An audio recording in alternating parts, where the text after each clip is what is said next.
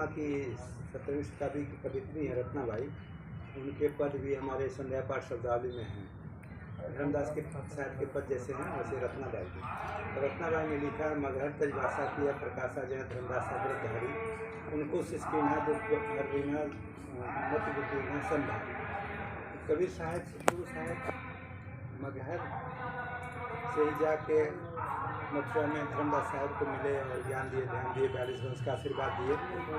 तो दमाखेड़ा में मगहर का चित्र लगा हुआ है वहाँ पर रखते समाधि के पास। तो हम जैसे कि कबीर साहब के जो धाम हैं तो 14 हैं, ऐसे वर्तमान में 14 जगह हैं जहाँ कबीर साहब साक्षात गए। तो जैसे लहतारा प्रगट धाम, मगहर, अमरकंटक, जगन्नाथपुरी, कबीर बट, ऐसे जो 14 जगह हैं जहाँ कबीर साहब के चरण पड़े। तो उसमें तो दमाखेड़ा वगैरह और जो गलतियाँ तो बाद में बनी, सभी जो जैसे जैसे गुरु हुए वैसे बनाते थे। लेकिन सदगुरु का तो बाधवगढ़, उनका ओरिजिनल बाधवगढ़ है। बाधवगढ़ में कार्यक्रम अभी बहुत बड़ा बड़ा हुआ। तो मगहर साहब का निर्माण धाम होने से बहुत महत्वपूर्ण जगह है, क्योंकि यहाँ समाधि और प्रगट धाम दो उनके जीवन के और चमत्कार धाम जो है कबीर बट, द्वारका और अमरकंटक और कबीर धाम सब है। तो इनसे मगहर के साहब आने नदी बहाए, मुजनी खां को वहाँ चिताए, मुनिवर साहब की ऊपर गंगा, महाबृष्ट की मुँह गुरु गंगा, ऐसा वर्णन आता है। आज मेला है तो ये छठ का, इसलिए यहाँ पर लगता है मेले, महिलाएँ आएंगी यहाँ पर, इसे घाट बना दिया गया, सब लोग आएंगे। तो मगहर में उस समय सूखा पड़ गया था। कबीर साहब के आने का यहाँ कारण हुआ कि 1456 में जेठी पूनम चंद द्वारा श्री कबीर साहब का जनहित काशी में होता है। 1575 संवत मगहर ज्ञान निधाना, माघ सुदी एकादश तिथि को जग से अंतर ध्यान। तो माघ शुक्ल पक्ष एकादशी 1575 संवत में का अंतर ध्यान हुआ था यहाँ सन 1518 ईस्वी। तो उस समय आने का कारण क्या हुआ, कबीर साहब ऐसे यहाँ गौर योगियों का क्षेत्र था, बार बार आते रहे, लेकिन उस समय यहाँ सूखा पड़ गया था, लोग भूखों मरने लगे। तो यहाँ का मुस्लिम शासनकाल था, यहाँ नवाब वजीर खां पठान थे। तो नवाब यहाँ पर मस्जिद बनी है, यहाँ ये मस्जिद क्यों बनी कि यहाँ पर एक फ़कीर रहते थे पहले से, कबीर साहब के पहले से। तो वो फ़कीर बहुत ऊँचे थे, ज्ञानी थे। उनसे नवाब ने पूछा कि हमारे राज्य में सूखा पड़ गया, लोग भूखों मर रहे हैं, वर्षा का उपाय बताइए। तो ये फ़कीर ने कहा कि हमारे अंदर इतनी शक्ति नहीं, लेकिन कबीर फ़कीर काशी में है, उनकी बात खुदा से होती है, वो आ जाएं तो सब हो सकता है, सतपुरुष परमात्मा है। तो नवाब कहा कि अच्छा, तो काशी जाएंगे, ले आएंगे। तो काशी अपने समाज को, मंत्री जनता के साथ पूरे गए और निवेदन किए। तो साहब कहे कि हमारे अंदर इतनी शक्ति नहीं, लेकिन हमको चलने से आपका दुख दूर होगा, चलेंगे। तो सब लोग कहे अरे साहब मगहर मरने से गधा होते हैं, पुरानी कहानी थी, और यहाँ मरने से मुक्ति होती है, आपको वृद्धावस्था है। 1515 ईस्वी की बात है, 3 वर्ष आने के 3 वर्ष बाद ध्यान हुआ, अंतर ध्यान। तो कबीर साहब ने बोला है कि मन लोगा तुम ही मत की बोरा, जो पानी पानी मिल गया त्यों धूल मिला कबीरा,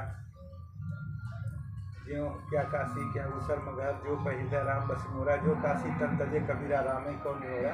विजय में बड़ा पद है कि काशी और मगहर, वहाँ मरने से गधा होगा, यहाँ मरने से मुक्ति होगा, जो कर्म करेगा वो होगा। कर्म में करो पूरा, मुक्ति काशी में आके ले लो, ये नहीं होगा। तो राम का भक्त कहीं मिले, इसे धर्म को तोड़े, और उस धर्म को तोड़ने के लिए काशी की मरणान मुक्ति मगहरे चखर गति, ऐसे शास्त्र में लिख रखा था पुराण में। और वहाँ पर काशी करवट जो हुए नीति गंग नहाए और कई परम धाम चल जाए, ऐसा बनाए रखा। तो वहाँ पर कचौड़ी गली जो है चौक से आगे, वहाँ पर बंद कर दिया गया। अभी बहुत पहले अंग्रेज सरकार में ही बंद हो गया, लेकिन वहाँ पर बना हुआ वो है। वो वहाँ पर जाके बूढ़े लोगों को वहाँ पर गिरा देते थे, नीचे 3 तल्ला था, फिर नदी में बह चले जाते थे, क्या मुक्त हो गए। पंडित को दान दक्षिणा लेने के लिए ऐसा पाखंड बना रखे थे। तो काशी करवट वहाँ पर है। तो कवि साहब ने कहा कि ये सब पाखंड है। मगहर आए और यहाँ पर 15 वर्ष रहे। यहाँ पर फिर जब अंतिम में 1518 ईस्वी में सब भक्तों को बुलाए, धर्मदास साहब, कबीर साहब, गोपाल साहब, ज्ञानी साहब, जीवन साहब, इतने शिष्यों को बुलाए, यहाँ अंतिम उपदेश दिए। यहीं पर झोपड़ी थी उनकी, झोपड़ी में साहब प्रवेश करके बोले कि हमारा काम पूरा हो गया, अब हम अपने धाम पधारेंगे, तो तुम बैठ के सतनाम बोलो। कोई कहता राम नाम बोलो, कोई सतनाम, कोई अलग अलग बोलते हैं, कोई सत साहब बोलो। तो सतनाम ज़्यादा चलता है, सतनाम बोलो। तो अंदर से जब ध्वनि बंद हो तब दरवाज़ा खोलना। तो दरवाज़ा ध्वनि बंद हुई तो सब दरवाज़ा खोले, तो वहाँ शरीर नहीं था, फूल और चादर था। तो फूल और चादर तो हिंदू मुस्लिम दोनों अनुयायी थे। तो भय घमसाना रंग भारी, तुम खोलो पंदा है नहीं मुर्दा, जिन मिथ्या तुम कर जारी, सुन के या बानी अचरज मानी, देख निशानी सिंह मानी, रोहे पर बिना मत के ही ना हम चिन्हा कर तारी। युद्ध होकर स्थिति हो गई और विवाद हो गया, ये सब हुआ। फिर पहला खोले, देखे कुछ समाज फूल चादर मिला, फूल से बांट के हिंदू मुस्लिम दोनों वहाँ समाधि बनाए, यहाँ मजार बनाए। इसका राम सिंह राजा उड़ीसा के थे, वो भी आए थे। तो उस फूल से कुछ अंश ले जाके उड़ीसा जगन्नाथपुर स्वर्ग द्वार पर, और वहाँ भी समाधि है कवि साहब।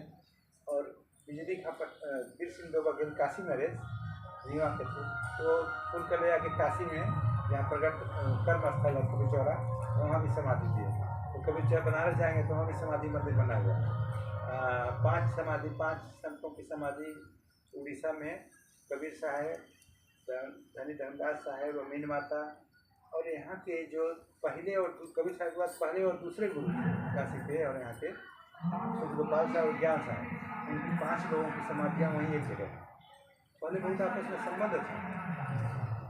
दुर्योधन अभिमानी गए, इतना अभिमान में सब लोग रहते हैं कि साक्षात सतपुरुष परमात्मा कबीर साहब हैं, और उनके सभी शिष्य हैं 12 जिन्होंने गद्दियाँ बनाई, और गद्दियाँ के लिए पकड़ गए, बैठे और पिता को छोड़ दिए। ऐसा बन गया अज्ञान में। पितामह खेड़ा है, अरे दामा खेड़ा तो है, ये है रसिया है, बुद्धूपुर है, ये है वो है, तो गद्दियाँ हैं भाई, शिष्यों से बनी। पिता तो थोड़ा ना ये लोग हो जाएंगे, बेटा ही रहेंगे। अब पिता को छोड़ के बैठ गए, वो अपना अपना लेके सागर बुद्धयाली से वो कौन कौन किताब बना रखे हैं सब, वहाँ भी अलग अलग गद्दी वाले।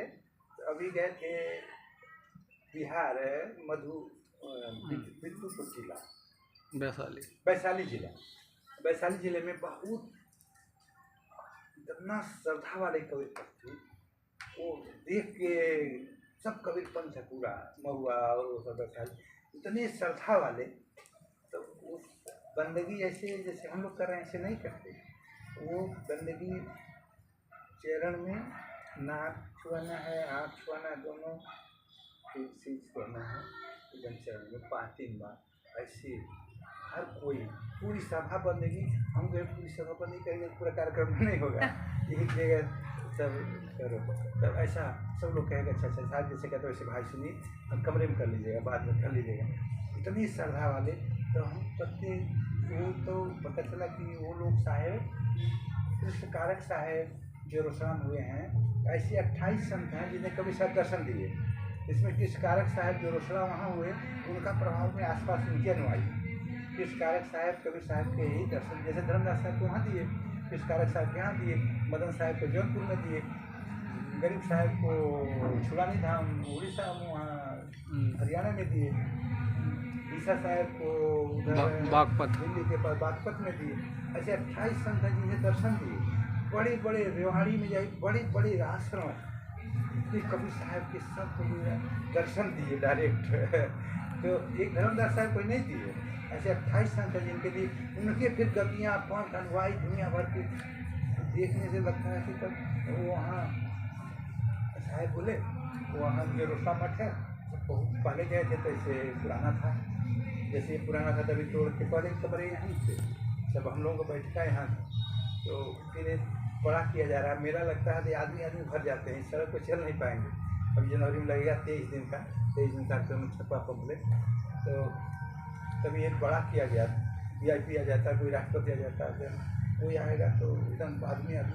तो इसलिए इसको तोड़ के मठ पीछे जा रहा है, उधर भोजनालय उधर बन गया है, और उधर 4 बिल्डिंग पीछे, एक रिसर्च के लिए है, एक उधर सभा सत्संग के लिए सब पीछे जा रहा है। वो भी ये जो हाँ हम लोग भोजन बना ये भी टूटेगा, सब उधर जाए, उधर बनेगा, सब निवास उधर है। ये तो यहीं रहेगा। हाँ, ये पूरी दुल्हा है, ये सभी बारात बाहर होगी, दुल्हा खेल रहेंगे। हाँ, ये इनके 100 मीटर चारों तरफ खाली होगा। साहेब की आस्था में बनाया कानून में कि इससे ऊंचा कोई बिल्डिंग नहीं बनाएगा, किसी बगल में खेत भी है तो इससे ऊंचा कोई बिल्डिंग नहीं बनेगी। जैसे हवाई अड्डा के पास मास्टर प्लान होता है, ऐसा मास्टर प्लान है कि किसी का बगल वाले का भी है तो नहीं बनाना है, इससे नीचा ही बनेगा। हम लोग भी जो बिल्डिंग बनाएंगे तो तब से ऊपर नहीं बनेगी और दूर बनेगी, सामने तो बनेगी जहाँ तक हम लोग का ये सब हट देगा।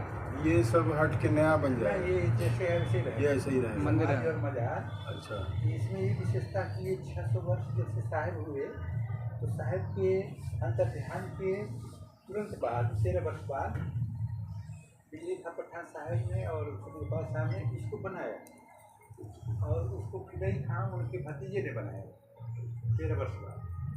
तो वो ओरिजिनल 450-500 वर्ष का ये भवन है। 500 वर्ष पहले के ओरिजिनल ये है, जांच हुआ तो इसको यथास्थिति रखने का, इसके 100 मीटर चारों तरफ खाली करके बेंच वेंच पार्क और बन जाएगा, इससे लोग ध्यान कर सकें। ऊर्जा का केंद्र है ये जगह।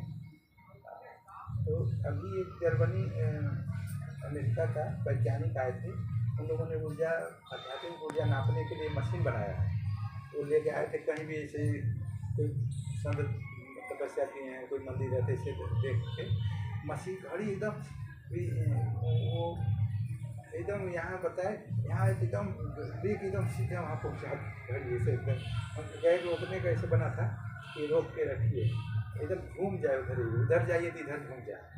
तो वो वैज्ञानिक एकदम वहाँ जाए तो समाधि वहाँ पर भी है, यहाँ पर भी। तो वहाँ पर गए वो वैज्ञानिक, बहुत बड़ा वैज्ञानिक तो इस पर रिसर्च कर रहा है। वहाँ पर जब बताया तो बैठ के एकदम भावुक होकर रोने लगा, कहा कि ये सचमुच परमात्मा जरूर थे कि उन दोनों को समान रूप से कृपा करें। नहीं तो यहाँ ऊर्जा रहती वहाँ नहीं रहती, वहाँ भी है और जगह नहीं है पूरे परिसर में से देखिए। तो अब थोड़ा वहाँ गुफा में शायद ध्यान के लिए बैठते थे, वो गुफा पीछे बनी है तो वहाँ पर छोटी छोटी बताइए पूरे एकदम। यहाँ तो इतना ही चार्ज बताए, उसका मशीनें पूरा एकदम वो हो गया। यहाँ पर बहुत चार्ज है समाधि, तो ऐसे कोई भी देख सकता था। जैसे वही चीज़ वहीं लगा रहे हैं तो कुछ नहीं हो रहा है, यहाँ आ रहे थे तो मौजूद। तो ये धाम को तो कभी सभी समाधि का वहीं भी समाधि 4 जगह समाधियाँ हैं, तो मैं मेन यहाँ होने से वहाँ भी फूल ले गए हैं काशी में। तो इसके बाद कभी साहब के धुनी जब आए थे तो पहले गोरखनाथ से वहाँ संवाद हुआ था, वो धुनी है बात। तो गोरखनाथ सोचे कि हम यहाँ सिद्ध जोगी हैं, हमारे पास कोई नहीं आया, ये पूरा राजा जनता सब उधर कौन ये हमसे बड़ा आ रहा है, तो कहा शास्त्रार्थ होगा। तो कबीर साहब आए तो पहले देखे कि पता है कि गोरखनाथ यहाँ पर शास्त्रार्थ के लिए बैठे। तो कबीर साहब देखे संत में और जोगी में कितना फर्क ये है, वहाँ अभिमान भावना होती है। यहाँ संत में संत सरल सब संत छल ही है, जी है भरोसे कि हरस न देना। संत हम लोग संत, हम लोग भक्त हैं। हमारा पहला लक्षण है कि हम अभिमान रहित होंगे, सबसे नीचे नीचे जो चले सो तो ऊँचे हो। साहब ने उसमें संध्या पढ़ में लिखा, संतोष सो मेरे दिल भावे, बिल्कुल नीच काम को जब छोड़ देना साहब के गुण भावे। सब मोह माया का सब संबंध है, संसार का संबंध है साहिब से ही रखे, उनका संबंध सब साहिब से ही रखे, तो वो मेरे ध्यान में भाता है। तो इस तरह से तो वहाँ पर कबीर साहब गए तो गोरखनाथ जी साक्षात करने साथ कबीर साहब गए, उनके चरण में पूछ गए, जोगी जी विद्या न पढ़ूँ बात नहीं जानूँ, केवल एक राम हृदय नमस्कार। मैं तो वेद शास्त्र देखा नहीं, किताब पढ़ा ही नहीं, पन्ना पोथी, केवल राम के नाम के अलावा कुछ जानता ही नहीं। तो यहाँ पर तो जनता भूखों मर रही है, पानी चाहिए, पानी दे दीजिए। शास्त्रार्थ है, यही है शास्त्रार्थ की, पानी जरूरत है। गोरखनाथ सिद्ध योगी थे ही, उठे दाहिने पैर से ऐसे दबाए, जल स्रोत निकला, कलैया बन गई, पानी पानी बन गई। सब लोग कहे पानी बन जाए, जयकार हो गई गोरखनाथ की। तो सब लोग कहे कि साहब तो इतना से तो यही 2-4 गाँव 2-4 जिला ही पी पाएगा, पूरे देश में सूखा है तो कैसे काम चलेगा, ये सब कहाँ से यहीं आएंगे। तो गोरखनाथ की शक्ति उतने चुप हो गए। तो कबीर साहब से निवेदन किए, तो कबीर साहब उन्हीं के धोने के पास ध्यानस्थ हुए। थोड़ी देर के बाद बादल उठा, बहुत वर्षा हुई, चारों तरफ पानी पानी हो गया। सूखी आमी नदी बहाए बिजली खान को यहाँ पता है, ये आमी नदी ऐसे सूखी थी, पानी हो गया। तो जय जयकार हुआ, कबीर साहब पे यहाँ मिल जाए सदू फकीर से मिलने। तो उन्होंने कहा साहब यहीं रहे, तो यहाँ 3 वर्ष रहे, यहाँ अंतर ध्यान हुआ, फिर समाधि हुई। तो साहिब का जो मूल उपदेश था मानवता, जो हमारी मूल भावना, एक आज अभी इसी में बता रहा था वर्षपुआ में, कभी कभी अच्छी बात बताता है। तो कह रहा था कि आदमी हमारे सामने है, उस पर विश्वास नहीं करते हैं, वो कह रहा है उनकी बात नहीं सुनते हैं, वो कुछ मांग रहा है उन्हें नहीं देते हैं, और भगवान दिखता ही नहीं है कि नहीं है पता भी नहीं, सुनी सुनाई बात पर विश्वास करके हे भगवान दे दीजिएगा, हे भगवान भोग ले लीजिए, हे भगवान ले थाली लेके सजाने जाता है, सामने वो साक्षात भगवान है तो इनको नहीं सजा दे देता है, वो मांग है तो नहीं देता है। वो बड़ा अच्छा बताया, उन्होंने बड़ी अच्छी बात कहा। जो एटलीस्ट सुनी सुनाई बात पर कभी न देखा न सुना है कि नहीं, तो उसको लेके थाली सजा के खोज रहा है, और जो सामने हैं इनको कुछ ही नहीं रहा है। तो साहब ने कहा मुँह को कहाँ ढूंढे बनते, मैं तो तेरे पास हूँ, ना मैं मंदिर ना मैं मस्जिद चाहे कावे खैला सुने, मैं तो ना मैं कौनो क्रिया करूँ, ना जो उपवास में कहें कभी सुनो भाई साहब जो हों सांसों के साथ, तो यह कहा हों तो हों विश्वास में, तुम्हारे पास ही हूँ, खोजने नहीं जाना, आँख बंद करना अंदर मिलेगा। साहब ने कहा कि क्रिया कर्म आचार सब छाड़ा छाड़ा गंग नहाना, सगरी दुनिया भई से अन्य मुझे बोराना, दान दो, ये करो, अज्ञाई करो, धूप दो, जल चढ़ाओ, गंगा सागर मक्का सागर सब छोड़ो। ठीक है, घूमने के लिए जाएंगे, देश दुनिया का पर्यटन करेंगे, ये अलग चीज़ है, महापुरुषों का स्मरण करेंगे, उनको श्रद्धा रखेंगे, ये एक विषय ही है उपासना का। पूजा अलग, उपासना पूजा अलग है, भक्ति अलग है, दोनों दो भाग में है। जैसे हम धूप दीप दिखाएंगे, अज्ञानी करेंगे, साहब का बंदी करेंगे, ये उपासना है, आस्था करेंगे, महापुरुष हैं उससे हमें प्रेरणा मिलेगी, आशीर्वाद मिलेगा, तब आगे बढ़ेंगे। लेकिन एक पक्ष है, जब उसको लेके हम दिल में जाएंगे अंदर भाव में, तब हमारा भक्ति शुरू होगा। कि कर्म बाहर होते हैं, भक्ति अंदर होती है, तो हमको दोनों करना है। जैसे बाहर कितना करते रहें मुश्किल होगा, क्योंकि बाहर करने से हमारा चित्त शुद्ध होगा, हमारी वृत्तियाँ निर्मल होंगी, हमारे आस्था का विकास होगा, लेकिन फिर उसको लेके अंदर जाना ही पड़ेगा, क्योंकि जब मिलन होगा तो चित्त में होगा, बाहर ऐसे आँख से इस चक्षु से नहीं देख सकते। जैसे तो इसलिए कहा कि मिलन करके निश्चित है, इसलिए भक्ति अंदर सिमरन करना ही होगा, भक्ति करना होगा, कम करना ही होगा, मन सदगुरु का नाम अंदर जपना ही होगा। जो तू आया जगत में 2 बात कर ले, तब साहब को बंदगी भूखे को कष्ट दे। साहब ने कहा साधारण करके बता दिया कि तुम संसार में आए तो 2 बात जरूर करना, नहीं कुछ कर पाना, भक्ति त्याग तपस्या, 2 बात जरूर करना, कर साहब को बंदगी, साहब का सुमिरन करना। जी साहब ने सब कुछ बनाया, हमें शरीर दिया, मन बुद्धि बनाया, हमें हमेशा हमारे साथ उसकी कृपा है, उसका सुमिरन करना, कर साहब को बंदगी। दूसरा अर्थ में कह रहे हैं कि कर साहब को बंदगी मतलब साहब का सुमिरन करना, और यहाँ पर बड़ व्यवहार में बड़ों का आदर करना। कोई भी बड़ा है, माता पिता गुरु हैं, आचार्य सभी जो भी बड़े हैं उनके आदर करना, उनके लिए कुछ सेवा करना, किसी का ज्ञान नहीं डालना, सबको परमात्मा समझना। भूखे के कष्ट दे, भूखे के कष्ट दे माने जो भूखा दुखा है, स्त्री बच्ची बेटी बेटा पत्नी, उनके लिए करना। थोड़ा ऊपर करें आध्यात्मिक में जाके, भूखे को कष्ट दे, भूखा माने भूला भूखा कोई नहीं, सब घट भरा है लाल, पट खोले पावे नहीं ताते भया कंगाल। कहा कि कोई भी भूखा नहीं है, सभी परमात्मा ही हैं, सबके हृदय स्वयं बसे हैं, तो भूखा कहाँ है, गंवार है, गरीब थोड़ा कोई, सब वही हैं। खाली अंतर क्या है कि वो विस्मृत हैं, अपने को ही अपने नहीं जान रहे हैं, स्मृत हो जाए तो परमात्मा ही हैं। तो कहा कि विस्मृत हैं, इसलिए हम विस्मृत हैं, इसलिए अपने को दुखी सुखी, दीनी अज्ञानी माया मोह में प्रभावित हैं, समझ रहे हैं, वो माया रहे न बांधी हो, जो माया हमारी सहायक होना चाहिए उसके बस में हम हो रहे हैं, हमारे बस बुद्धि उसके बस में है। बस हमारे दुख का कारण यही है। परबस जीव सबस भगवान।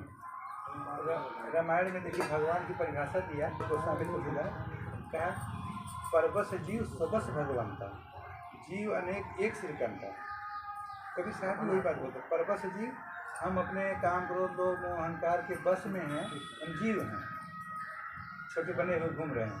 सबस भगवंता, हम उनसे ऊपर हो जाएं, काम क्रोध लोभ मोह को इसे चरण पैर से दबा के हम उनके ऊपर शासन करें तो हम भगवान ही हैं। तो जीव अनेक का जब हम अलग अलग समझ रहे हैं, तो अलग हैं, ये दादा है, नाना है, चाचा हैं, ये फलाने हैं, ये हरिजन है, वो बाबू साहब हैं, ऐसा समझ रहे हैं। क्या सबस भगवान जीव एक श्रीकंता। लेकिन जब हमारी ज्ञान दशा होगी तो हम ये भेद ही खत्म हो जाएगा, ये अलग है ये अलग हैं, तो लगेगा हमारे ही रूप सब हैं, एक ही समझे। अज्ञान दशा में जीव अनेक दिख रहे हैं, एक श्रीकंता, लेकिन सबका स्वरूप एक ही है, अलग है ही नहीं। तो साहब ने कहा जानत तुम ही हो जाए, तुम जानोगे तो वही होगे। पूरी हमारी साधना पद्धति आत्मज्ञान की है, आत्मसिमरन की है, आत्मचिंतन की है। इसलिए हमको बाहर खाली लेके नहीं मंदिर मंदिर मंदिर घूमना नहीं है। अपना गौरपंथी देवी देवता फलाना ढेर छोड़ ही दिए, मांस मछली शराब कबाब सब छोड़ के भक्ति सदगुरु का धारण किए। सदगुरु परम सत्पुरुष परमात्मा सत्य सत्य इन्हीं में लागू होता है। और लोग कुछ धीमा धीमा है। ओशो रजनीश बहुत बोला है, कबीर साहब का 12 किताब लिखा है, 8। ओशो रजनीश से पूछे, पंत स्मृतानंद पंत छायावादी के कवि हुए हैं, बहुत बड़े कवि। छायावाद के 4 महान कवि हैं मध्य आधुनिक के, तो वो हैं स्मृतानंद पंत से ओशो से मिलन हो गया। ओशो ने लिखा कि मानव सृष्टि के इतिहास में कबीर जैसा व्यक्तित्व होकर कोई पैदा नहीं हुआ। राम कृष्ण बुद्ध महावीर एक से एक हुए, लेकिन सब राजा के लड़के थे, तो पहुँच गए। तो तुम्हारे लिए क्या प्रेरणा? कबीर से नीचे खोजना ही मुश्किल है। उनके तुम्हारे तो कोई माता पिता होगा, उनके तो माता पिता का भी पता नहीं। तुम्हारी एक नई कोठा बिल्डिंग होगा तो झोपड़ी भी होगा, उनके तो झोपड़ी भी नहीं, कुछ भी नहीं, फिर भी वो बड़े हो गए। तुम जरूर हो सकते हो, वो कर रहे हैं। तो पंत जी ने पूछा कि कबीर पर आपने बड़ी महिमा गाई कबीर की, और ऐसे हजारों महापुरुष हैं भारत में, किनको मानो किनको ना मानो समझ में नहीं आता। कुछ कम करके बता दीजिए 2-4 नाम जिनको कि यहाँ माना, किनको मानना चाहिए। तो ने कहा कि इतना कम तो नहीं कर सकते, लेकिन 12 नाम बता रहे हैं। 12 करके 12 बताया, कम किया 12 समय के देखते हुए थोड़ा सा नाम बताया। कृष्ण, पतंजलि, बुद्ध, महावीर, नागार्जुन, शंकराचार्य, गोरखनाथ, कबीर साहेब, नानक, मीरा, रामकृष्ण परमहंस और कृष्णमूर्ति। एक 12 नाम कहीं 12 तो बहुत ज़्यादा है, कुछ और नहीं कम हो सकते, तो हम हो सकते हैं। पर नागार्जुन तो बुद्ध के दर्शन का व्याख्या करते हैं, नागार्जुन दीदी के हैं, कृष्णमूर्ति इन्हीं के प्रतिरूप हैं बुद्ध के। ये पतंजलि का कृष्ण में समाहित हैं, क्योंकि सब योग का उत्पत्ति वही है। और मीरा और नानक कबीर में समाहित हैं, गोरखनाथ इसी में कृष्ण में समाहित हैं। तो ऐसे 4 नाम हो गए। तो कई 4 नाम कृष्ण, बुद्ध, कृष्ण, पतंजलि, बुद्ध, महावीर, कबीर, 4 बता दिए। कृष्ण, उनको कृष्ण के बाद इनको थोड़ा पतंजलि मुश्किल आ गया। कृष्ण, बुद्ध, महावीर, कबीर, हाँ 4 तो कर दिया। कृष्ण, बुद्ध, महावीर, कबीर, तो 4 बोले। तो पंत जी आँख बंद किए, एकदम शांत हो गए और नीचे उतरे। कहे कि बहुत बड़ा प्रश्न पैदा हो गया, 4 नाम आपने नीचा करके बता दिया, इससे कम हो सकता? क्या नहीं, इससे कम हो ही नहीं सकता, हमारी क्षमता नहीं है इससे कम करना। 4 लोगों में पूरा सिद्धांत आ रहा है। तो कहा कि हमारा प्रश्न पैदा हो गया, इतने नाम राम का नाम ही इसमें नहीं है। इस सूची में पहले भी 12 नाम बोला है आपने, उसमें राम का ही नाम नहीं है। राम इतने बड़े, राम का ही छोड़ दिया, यानी राम का छोड़ नहीं दिया। राम को हिंदू लोग ही, जो राम के अनुयायी हैं, वही 12-16 कला का ही अवतार मानते हैं। कृष्ण 64 कला का अवतार है। कृष्ण में ही राम समाये थे। राम ने कोई नई दिन नहीं दी। राम आदर्श पुरुष मर्यादा पुरुषोत्तम जो मान्यताएं बनी थी, गुरुओं ने बनाई, शास्त्रों ने बनाई, मर्यादा वेद ने बनाई, उसके अक्षर से पालन करते थे। पालन करता आदर्श बताए, आदर्श पुरुष ने आदर्श कि हमें मर्यादाओं का पालन करना चाहिए, इसलिए आदर्श राम है, पुरुषोत्तम है। लेकिन आदर्श मर्यादा पालन करने में इतना न भूल जाओ कि अन्याय ही कर बैठे। जब सीता का वो परीक्षा ले लिए तो एक धोबी को बोलने में जंगल में डाल दिया। फिर वो शंभु तपस्या कर रहा था, पितासुर तपस्या कर रहा है, इसलिए ब्राह्मण की बात पड़ रहा है, ब्राह्मण को सिर काट दिया। तो मर्यादा का पालन करने में अन्याय में ही कर जाओ, ये भी मत करो। राम को छोड़ दिया इसलिए। राम कबीर आगे बहुत है। कृष्ण, बुद्ध, महावीर, कबीर 4 सत्समाई। तो उस 4 में से हम लोग एक दिन कहवाई में कबीर साहब के सब आ जाएंगे इसमें पूरे। तो पंगत का समय हो गया है, आरती करेंगे तब फिर पंगत करने चलेंगे। बोले सतगुरुदेव की जय, सारी जिंदगी सारी जिंदगी सारी।